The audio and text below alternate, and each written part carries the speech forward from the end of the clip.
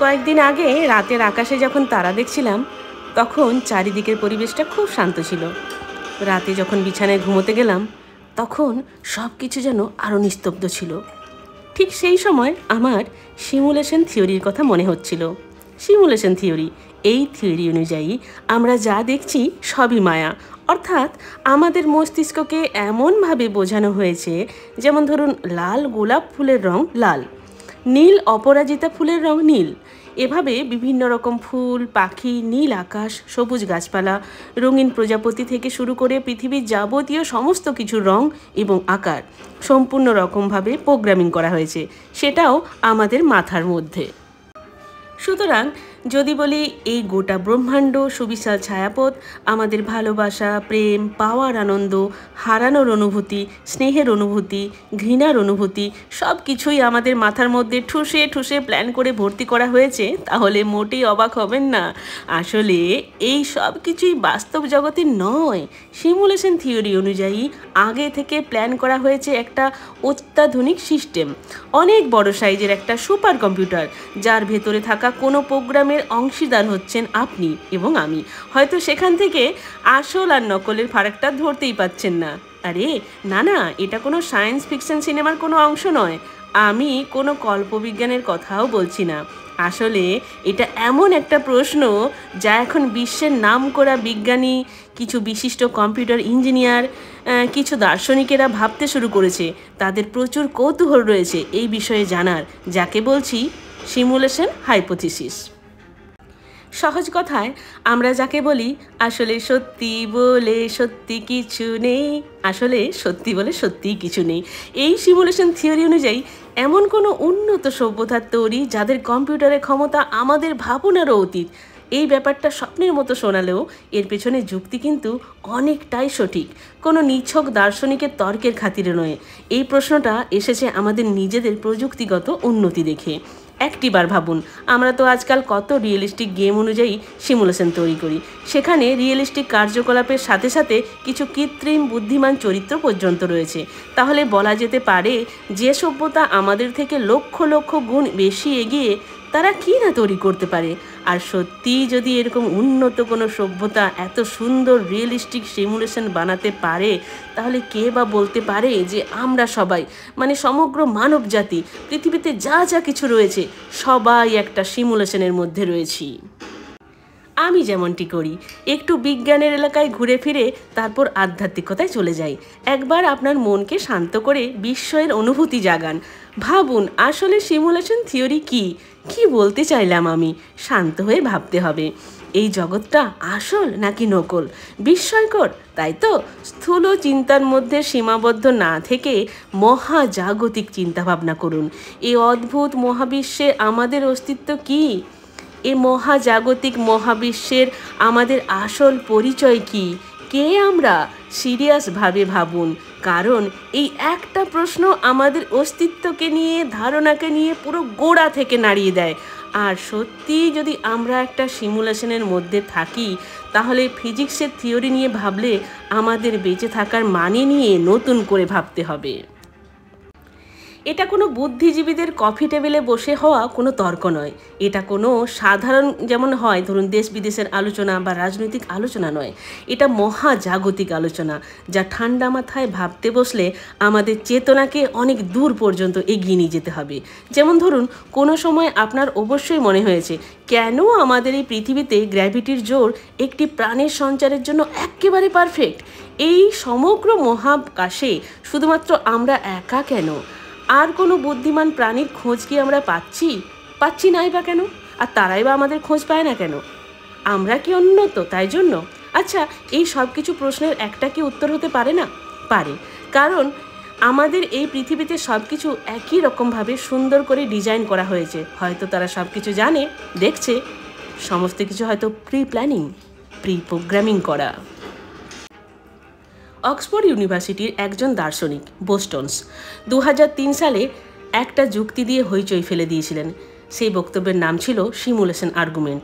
উনি বলেছিলেন যে কোনো উন্নত গ্রহের কেউ বা কারা অনেক উন্নত ছিল, অনেক এগিয়ে গিয়েছিল। পরবর্তীতে কোনো মহাজাগতিক দুর্ঘটনায় তাদের গ্রহটা হয়তো ধ্বংস হয়ে গিয়েছিল। হয়তো অতর্কিতে এই ঘটনা ঘটে যাওয়ার ফলে তারা পূর্বপুরুষদের নিয়ে কোনো সিমুলেশন বানাবার সুযোগই পায়নি। অথবা এমনও হতে পারে যে তাদের মধ্যে সিমুলেশনে বানাবার ক্ষমতা থাকলেও কোনো নৈতিক কারণে তাদের নিজেদের বিষয়ে সিমুলেশন তারা বানাতে পারেননি বা বানাননি।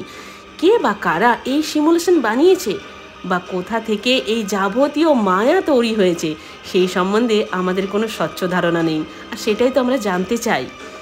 হতেই পারে যে সিমুলেশনের মধ্যে 100% কোনো সিমুলেশনের মধ্যে আমরা রয়েছি, ভাবনাই সিমুলেশন। তাহলে বোস্টন সাহেবের মতে বলা হয় এইটাই বুদ্ধি। এই বুদ্ধিটাই কিন্তু কম্পিউটার থেকে আসেনি, আমাদের মানবজাতির চিন্তাভাবনা থেকে এসেছিল কতগুলো অঙ্ক এবং সম্ভাবনা নিয়ে ভাবতে গিয়ে। এই বুদ্ধিটা অতি সহজে মেনে নেওয়া যায়। যদি আমাদের থেকে লক্ষ গুণ এগিয়ে কোনো উন্নত সভ্যতা থাকে তাহলে হয়তো সেই সভ্যতা আমাদের সৃষ্টি করেছে, হতে পারে কোনো এলিয়েন সভ্যতা অথবা সৃষ্টিকর্তা মানে ভগবান। বিজ্ঞানীদের মতে যদি কোনো সভ্যতা উন্নতি করতে থাকে তাহলে তাদের কম্পিউটারের ক্ষমতা হবে অকল্পনীয়, আর সেই কম্পিউটারের ক্ষমতা অনুযায়ী যদি তারা তাদের পূর্বপুরুষদের সিমুলেট করে তাহলে আসল মানুষের থেকে নকল মানুষের ক্ষমতা হবে কোটি কোটি গুণ বেশি এগিয়ে। সেক্ষেত্রে হতেই পারে আমরা সেই কোটি কোটি নকলের মধ্যে একজন। কি ভাবনাটা গায়ে কাটা দিল তো? আসলে আমাদের অস্তিত্ব কি ভাবছেন তো? নিজের অস্তিত্বের কি কোনো সংকট রয়েছে? নিজের অস্তিত্বটা কি খাঁটি নাকি নকল? এটা ভাবলেই অদ্ভুত মহাজাগতিক চিন্তা ভাবনা আসে। তখনই হতে পারে কারো শান্তির ঘুম বিঘ্নিত হলো, অথবা কেউ উত্তর না পেয়ে ভেবে নিল সারা পৃথিবী ঈশ্বরের সৃষ্টি, সবই মায়া, তিনি সর্বশক্তিমান, তাহলেই তো শান্তি, সৃষ্টিকর্তাই ভগবান। কোনো কিছুর উত্তর না পেলেই আমরা বলি ভগবান জানে। তবে একটা কথা সঠিক, আমি ঈশ্বর বিশ্বাসী তাই বলি ঈশ্বরের অস্তিত্ব আছে বলে আমাদের অস্তিত্ব রয়েছে।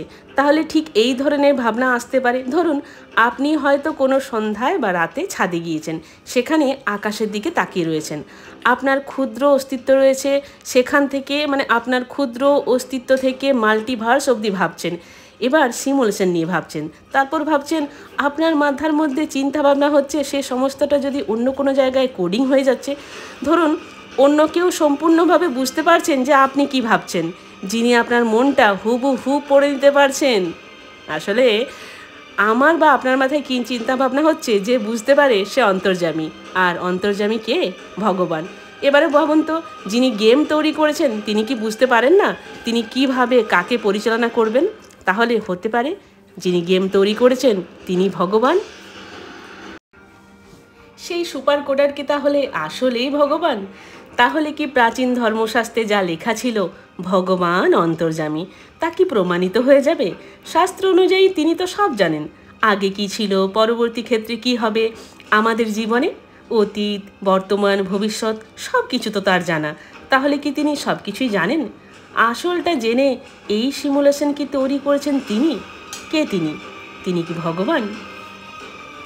বিজ্ঞানীরা সেই আধ্যাত্মিক তত্ত্বকে এখন যুক্তি দিয়ে প্রমাণ করার চেষ্টা করছেন, আর সেটাই হচ্ছে সব থেকে ভালো ব্যাপার। তাহলে বলা যেতেই পারে এই থিওরিটা আমাদের চেনা বাস্তবতাকে বোঝাতে সাহায্য করছে। আর বিজ্ঞানীদের কাছে হাতে কলমে প্রমাণ নেই সেটাও সঠিক, কিন্তু এই পৃথিবীতে যা অদ্ভুত জিনিস রয়েছে সেগুলো নিয়ে যখন তারা ভাবছে বা ভাবতে বাধ্য হচ্ছে, তারা বলছেন যে এমন তো কিছু রয়েছে যার জন্য মনে হচ্ছে সব কিছুই পূর্ব নির্ধারিত, পূর্ব পরিকল্পিত। তাহলে একজন আছেন যিনি সব কিছু জানেন, তিনি অন্তর্যামী, যিনি সৃষ্টিকর্তা, যিনি প্ল্যান করেছেন, যিনি প্ল্যানার, যার প্ল্যানিংয়ে আমরা বাস করি। তাহলে সেই টেকনোলজির কথা একবার ভাবুন, সেই টেকনোলজির রকেট স্পিডের কথা একবার ভাবুন। আমাদের দাদুদের আমলে বাড়িতে থাকতো একটা রেডিও, যেখানে একটা বড় অ্যান্টেনা দিয়ে রেডিওতে সিগন্যাল ধরা হতো, আর এখন আমাদের সবার হাতে একটা করে স্মার্টফোন। তাহলে এই কয়টা বছরে টেকনোলজি কোথা থেকে কোথায় পৌঁছে গিয়েছে একবার ভাবুন। সুতরাং আমাদের থেকে যে সভ্যতা কয়েক লক্ষ গুণ বেশি এগিয়ে টেকনোলজিতে, তারা কী না করতে পারে, এটা ভাবলে হয়তো আমাদের মধ্যে সেই বাস্তবতা আসতে পারে। সেই বাস্তবতা আসতে পারে যে আমরা ভাবতে পারি টোটাল প্ল্যানিং করে কোনো সিমুলেশনের মধ্যে আমরা রয়েছি। প্লেস্টেশন 1 বক্স গ্রাফিক্সের সঙ্গে আজকের প্লেস্টেশন 5-এর রিয়েলিস্টিকের জগতের তুলনা করুন, তাহলে আজ থেকে হাজার বছর আগে, লক্ষ বছর পরে কি হয়েছে সেটাও ভাবতে পারবো। আগে কি ছিল, এখন কি হয়েছে, পরবর্তীতে কি হবে ভাবুন। এমনও তো হতে পারে কোনো উন্নত সভ্যতা একটা নক্ষত্রের পুরো শক্তিকে কাজে লাগিয়ে একটা কম্পিউটার বানিয়ে দিল, আর সেই সুপার কম্পিউটার দিয়ে তারা একটা আস্ত শহর নয়, শুধু একটা জীবন নয়, একটা কোটি কোটি জীবন্ত প্রাণ নিয়ে একটা গোটা ব্রহ্মাণ্ড সৃষ্টি করতে পারে। আর সৃষ্টিকর্তা ভগবান। সেই ব্রহ্মাণ্ডের বাসিন্দারা কোনোদিন টেরই পাবে না যে তাদের কে তৈরি করেছে, যেমন আমরা টের পাই না কোথা থেকে এলাম, কিভাবে তৈরি হলাম, কেই বা এত সুন্দর প্ল্যান করে মাতৃগর্ভে আমাদের একটু একটু করে বড় হতে সাহায্য করলো। এত সুন্দর প্ল্যানের অংশীদার আমরা কিভাবে হলাম। আবার ধরুন যদি উল্টো করে ভাবি, পুরো ইউনিভার্সের শক্তিকে একটি কণার মধ্যে যদি আমরা সিমুলেট করি, এটা কিন্তু একেবারেই অসম্ভব।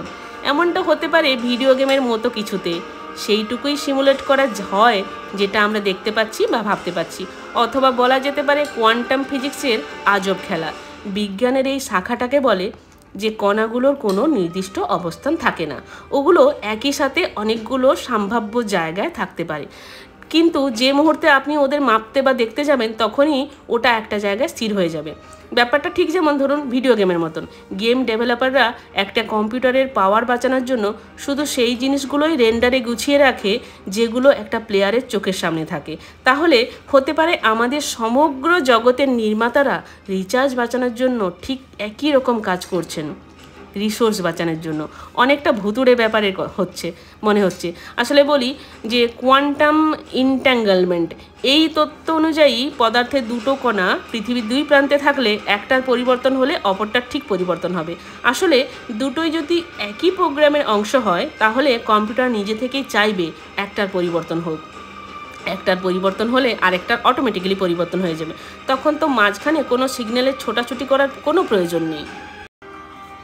অনেক বিজ্ঞানীরা মনে করেন আমাদের এই জগৎটা পিক্সেলের মতোই ছোট ছোট একক দিয়ে তৈরি। আমাদের বাস্তবতার মধ্যেই একটা রেজুলেশন লিমিট রয়েছে। আর একটা ধারণার কথা বলা যেতে পারে যেটা হচ্ছে হলোগ্রাফি প্রিন্সিপাল। আরও সহজ করে বললে আমরা যাকে 3D জগৎ ভাবছি, যেটা একটা 2D স্ক্রিনে দেখানো সিনেমার মতন হতে পারে। আর যদি এগুলো সত্যি হয় তাহলে তো পুরো জগৎটাই একটা সিমুলেশন। ভাবতে বাধ্য হবেন অবশ্যই। এবার মহাবিশ্বের পারফেক্ট রেসিপির কথা ভাবুন। মহাবিশ্বের গ্র্যাভিটি, ইলেকট্রনের চার্জ, এগুলো যদি একটু এদিক ওদিক হতো না, তাহলে পৃথিবীতে বা মহাবিশ্বে কোনো প্রাণীরই সঞ্চার হতো না। সমস্ত কিছু দেখে মনে হয় যেমন ধরুন কেউ কোনো একজন রেডিওকে পারফেক্ট একটা টিউন করে দিয়েছে।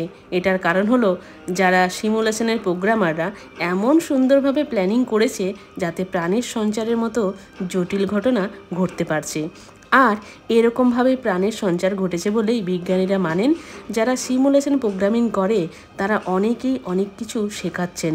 মহাবিশ্বের মৌলিক শক্তি এবং ধ্রুবকগুলো, যেমন ধরুন মাধ্যাকর্ষণ শক্তি, ইলেকট্রনের চার্জ, প্রোটনের ভর, এগুলো সব কিছুই অত্যন্ত সংকীর্ণ পরিসরের মধ্যে রেখে গ্রহ নক্ষত্র নির্বিশেষে সব কিছু ঠিকঠাক করা, যাতে এই মহাবিশ্ব একটি প্রাণ গঠনের অনুমতি প্রদান করে। সমগ্র মহাবিশ্বে একটি থেকে আরেকটি সামান্যতম পরিবর্তন হয়ে গেলেই জীববিজ্ঞানে একটি জীবন তৈরি করতে গেলে যে জটিল উপাদানগুলোর প্রয়োজন হতো সেগুলো আর পাওয়া যাবে না, তখন প্রাণের সঞ্চার ঘটবে না। তাই কথা প্রসঙ্গেই বলি, আমাদের জীবনের যাতে সঞ্চার ঘটে, আমরা যে যাতে বেঁচে থাকি, তাই আমাদের সঠিকভাবে তৈরি করতে কোনো একজন অতি বুদ্ধিমান কেউ আছেন যিনি মহাবিশ্বের রেডিওকে সুন্দর করে ফাইন টিউনিং করে দিয়েছেন। আবার কেউ কেউ একটি মাল্টিভার্সের অস্তিত্বের কথা বলেছেন। কেউ ভিন্ন ভৌতিক ধ্রুবকসহ মহাবিশ্বের সঙ্গে সামঞ্জস্যপূর্ণ অন্য গ্রহে কেউ আমাদের মতন ঠিক একই অস্তিত্বের কথা বলেছেন। নিজেদেরকে খুঁজে পাই, তাই বলা হয় প্রোগ্রামের দ্বারা নির্বাচিত প্যারামিটার। যদি সিমুলেশন থিওরি সত্যি হয় তাহলে ধ্রুবকের উপাদানগুলো সামঞ্জস্যপূর্ণ হবে, মহাবিশ্বের জীবন তৈরি করতে সক্ষম হবে। সেই অনুযায়ী তারা সমস্ত কিছু সাজিয়েছে। তাহলে আধুনিক বিজ্ঞানীরা এবং প্রাচীন সনাতনীরা সবসময় এটাই তো বলেছেন, জীবন এবং বিজ্ঞান একই সাথে একইভাবে এগিয়ে চলেছে সেই তত্ত্ব নিয়ে। তাত্ত্বিক ধারণায় সবসময় এলন মাস্ক বলেছেন, আমাদের জগতের আসল হওয়ার সম্ভাবনা 100 ভাগের থেকে অনেক গুণ বেশি। আর কয়েকজন বিজ্ঞানী বলেছেন, আমরা তো সিমুলেশনে থাকি বা না থাকি, আমাদের তো ফিজিক্সের নিয়ম অনুযায়ী চলতে হয়, আর এইগুলোই সত্যি। গ্রিক দার্শনিক প্লেটো একটি গল্প বলেছিলেন একটি গুহায় শিকলে বাঁধা কিছুজন কয়েদি থাকতো। পরবর্তীতে তারা মানসিক ভারসাম্য হয়ে যায়। তখন বাদবাকি সারা জীবন তারা গুহার দেওয়ালে পড়া কালো ছায়াটাকে বাস্তব বলে মনে করত। আসলে মন থেকে যা মনে করবে সেটাই সঠিক অনুভূতি, তার কাছে সেটাই সত্যি, যেটা মনে করবে। ঠাকুর রামকৃষ্ণ সবসময় মা কালীকে দেখতে পেতেন। ওনার কাছে মা কালীই হচ্ছে সত্যি, মা কালী হচ্ছে জগতের সারাংশ। আচ্ছা, অনুভবও বলা যেতে পারে।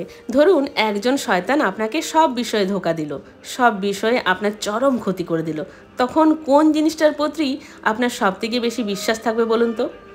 তখন বলা হবে একটা জিনিসের উপরেই আপনার বিশ্বাস থাকবে, সেটা হলো আপনার নিজস্ব চিন্তা।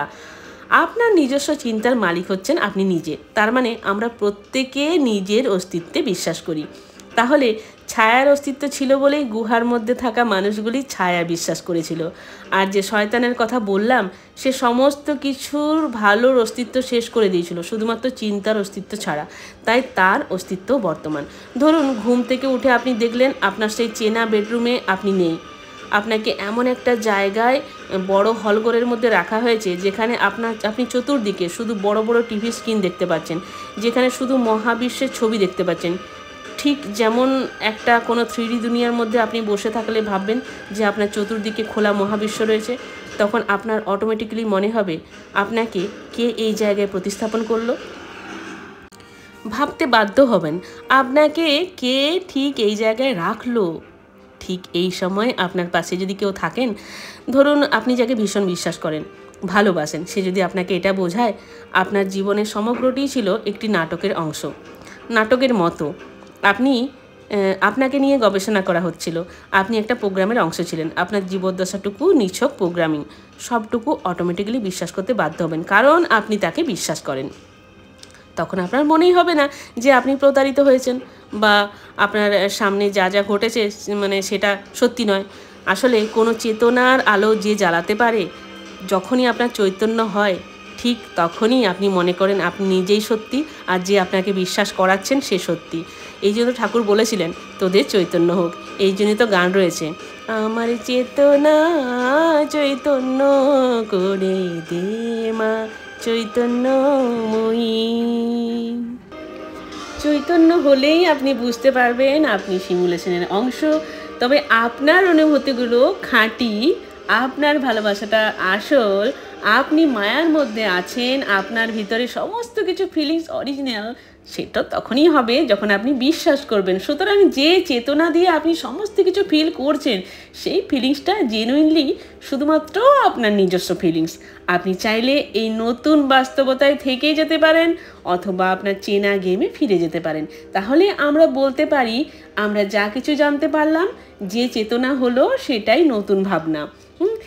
এতে হয়তো আপনার জীবনটাকে দেখার মানসিকতাই বদলে যেতে পারে। সিমুলেশন যদি সত্যি হয়ে থাকে, তাহলে আমরা যে সম্পর্কগুলোতে রয়েছি সেই সম্পর্কগুলো সবই সঠিক, সবই মূল্যবান, সমস্ত চিন্তা অনুভূতিগুলি মূল্যবান। সব শেষে বলা যেতে পারে জীবন সেটা আসল হোক বা নকল, সিমুলেটেড হোক বা আসল বা অরিজিনাল, জীবনের প্রত্যেকটা মুহূর্ত যেহেতু আমরা মন থেকে উপভোগ করতে পারছি, অনুভব করতে পারছি, তাহলে আমাদের জীবনের প্রত্যেকটা মুহূর্তই আমাদের কাছে দামি। একটা নিখুঁত সিমুলেশন যা নিজেকে ধরার কোনো সুযোগই দেবে না। সুতরাং প্রমাণ বা অপ্রমাণ করার কিচ্ছু নেই। শুধুমাত্র এটা প্রমাণিত সত্য যে আমাদের সমস্ত কিছু মায়াটা আমরা অনুভব করতে পারি। আমাদের কাছে আমাদের ফিলিংসটার মতো সত্য আর কিছু নেই। তার সঙ্গে এটাও সত্যি যে পুরো ইউনিভার্সটা একটা কম্পিউটারের দ্বারা সিমুলেটেড করতে যে পরিমাণ বৃহত্তর কম্পিউটারের প্রয়োজন হবে, সেটা হয়তো আমাদের ইউনিভার্স থেকে দূরে, অনেক দূরে রয়েছে। তাহলে সেই কম্পিউটারের মালিক আমাদের থেকে অনেক বেশি শক্তিশালী। তার কথা যখন আমরা ভাবতে পারবো, তখন যেমন আমাদের ভাবনাগুলো সত্যি হবে, তখনই আমাদের চেতনার মধ্যে চৈতন্য আসবে, তখনই আমরা ব্রহ্মজ্ঞানী হব। তাহলে আধ্যাত্মিকতার সঙ্গে বিজ্ঞানকে মিলিয়ে যে যুক্তির কথা আমি বলতে পারলাম, তাতে করে বলতে পারি যে বিজ্ঞান হলো আধ্যাত্মিকতা আর আধ্যাত্মিকতাই হলো বিজ্ঞান। যেখানে সিমুলেশন থিওরিটিকে আমি ব্রহ্মতত্ত্ব বলে ব্যাখ্যা দিতে পারি আমার মতো করে। জ্ঞানীরা অবশ্যই আমার থেকে অনেক বেশি গুণ জানেন বা বোঝেন। আমি আশা করব আমার চেয়ে বেশি যারা জানেন বা বোঝেন তারা প্লিজ আমাকে বোঝান, কমেন্ট বক্সে আমাকে জানান আপনারা কি জানেন। হ্যাঁ, আমাকে আপনারা ভালো করে বিষয়টা বুঝিয়ে দিন প্লিজ।